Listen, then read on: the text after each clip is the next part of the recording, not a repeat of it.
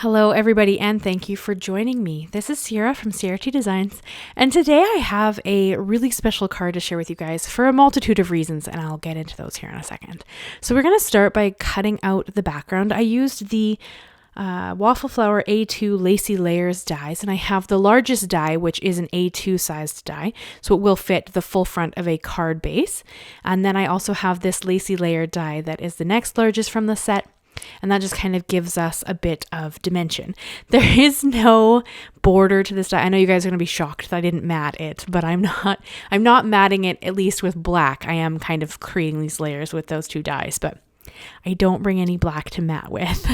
So I am going to cut out also quite a few of these leaves.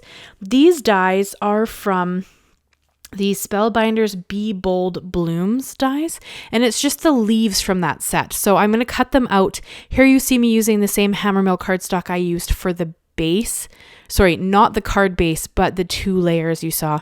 I use a heavier weight cardstock for my base, but the HammerMill I used for the lacy layers dies. I'm going to cut these leaves out twice from the same HammerMill cardstock, twice from my heavyweight vellum, and then twice from the pearlescent vellum that I really like to use. This was honestly just because I wanted some options. I didn't know what my layout was going to look like. I knew that I wanted to use the letter C, which you can kind of see sitting down in the right hand corner there. And I knew that I wanted a whole bunch of leaves to kind of come out of the C, but I didn't know what kind of layout I was going to do. So I cut more than I needed from this set of dies. And if it's available, I will, of course, link and list all of the description, like everything that I use in the description down below. I don't know if the Spellbinders die is still available. I've had it for a little while. A friend of mine actually bought it for me from the States and then mailed it to me. But if I can link to it, I will. And if I can't, I always find alternative dies that you could use, and if something I use is not available. So if this is something you want to recreate, I will try my best to supply some options for you to kind of choose dies similar to what I have. But I mean, most people, at least people that I know, would have probably some kind of leaf dies in their stash just because they're so versatile. So but I mean, you could literally pretty much use anything coming out from this. I mean, you could have balloons coming out from it. Ooh, I might have to make a card like that. But sorry, that's a segue. But any leaf dies would look really cool with this. I chose smaller dies just because I didn't want them to steal the focus from the C. And that's why I'm only cutting them out in the two vellums and the white. The only colored piece on this will be the C and the sentiment that I'm going to bring in here in a little bit, which you guys would have seen from the opening picture. So exciting piece about this. The C's are actually designed and handmade by me. I designed these on my iPad. I drew, I designed them, and these are stickers that I sell in my Etsy shop. I have the full alphabet. They are called the Chunky Alpha stickers, I believe, alphabet stickers, and I love them, and I've been trying to come up with really fun and creative ideas to use them because, I mean, we're visual creatures, right? So it's easier to be interested in purchasing something if you can actually see how to use it, which I totally understand. So for the people who have purchased from my store already, thank you so much. I cannot express how much I appreciate you coming and shopping from my store here. You're supporting my little dreams of being able to run my own shop one day. And have that be the income that I have instead of having to go out of the house to work. That's the dream. So thank you. For anybody else who's interested, this is so you can kind of see how they can be used. I know it's hard to look at a product and know what the heck you would do with it. So this card, I had so much fun. I've been kind of visualizing this card in my head for a while. And now you could have used any of the letters. I chose C specifically because I'm making a congratulations card.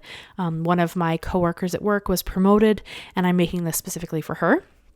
So I chose the C intentionally, but you could use any of the stickers and then just have whatever you wanted to be the sentiment. So this specifically was for congratulations. But yeah, so I thought it would be fun for you guys to actually see one of my stickers in action on a card front. And I love how this turned out. Hopefully you guys will give me some feedback. Tell me what you think of this card and of my stickers if you've checked them out. They are the full alphabet, obviously all 26 letters. And I did go and find flowers that fit the first letter of each of the alphabets. So so the S has sunflowers in it, the T has a tulip, the R has a rose, so on and so forth. So it was like an extra design challenge for me as I was making them, but I really wanted them to be different and be beautiful in their own right. So that was kind of my thought process while I was designing those stickers, and I love them. I had a lot of fun with them, a lot of work, but a lot of fun. So it's really kind of crazy to see something that you've designed from nothing turn into a physical thing. So this card just really warmed my heart, and I had so much fun making it. So I was so excited to share this with you guys. So I brought in some of the Simon Says Stamp label sentiment strips, specifically because you can foil on them. So this is black. It's laser printed. So if you're a laser printer, you could do anything you wanted, but I don't have a laser printer. So I used the word congratulations because that was my whole thought here. I originally was actually going to write out the word congratulations in my own script. But then I remembered I could foil on these. So I decided to change gears a little bit, and I'm going to bring out this really pretty foil here. I mean, this was the only foil I own in purple. I don't own a lot of the Minc foil.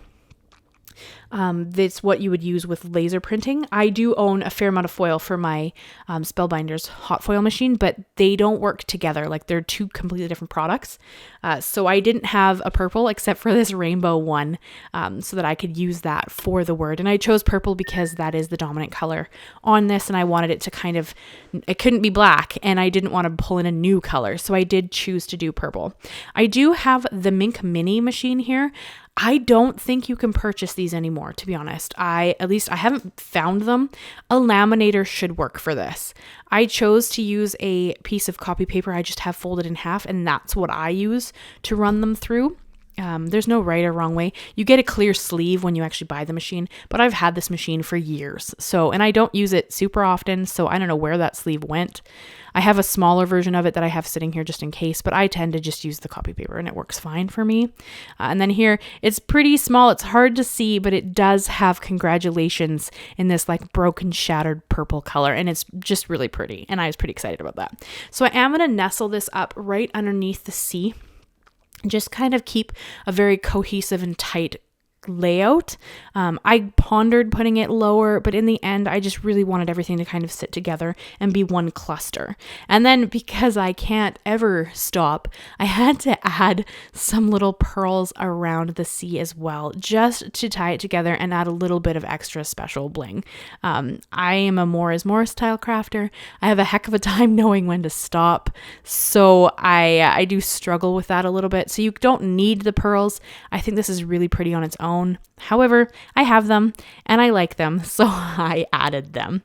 And then I did all of this. I got so excited I didn't even adhere my layers together beforehand. So I'm going to adhere all of my layers now with my Nuvo liquid glue. I also brought in my art glitter glue just because it has that fine tip and I really like it for when I'm adhering small things down.